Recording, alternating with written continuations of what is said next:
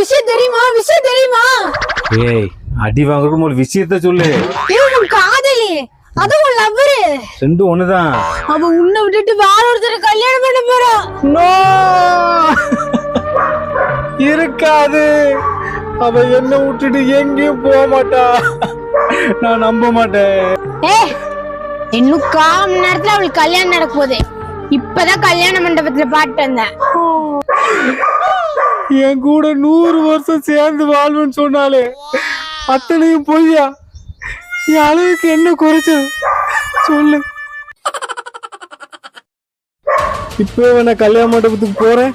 என்னோட காதலை சொல்லி புரிய வச்சு நான் அவளை கூட்டு வரணும் இல்லையா மட்டும் பாரு.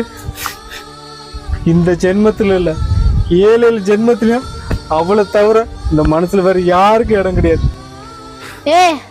சீக்கிரம் போ, இன்னும் 10 நிமிஷத்துல கல்யாணம். இப்பவே வண்டி எடுக்கிறேன். வண்டி பறந்து நேரம் கல்யாண மண்டபத்துல தான் நிற்கும். வரும்போது உங்க அண்ணி கூட தான் வருவேன். பாரு. ஹலோ எக்ஸ்கியூஸ் மீ, டிராப் பண்ணட்டுமா? அவன் இன்னும் திருந்தல மாமா.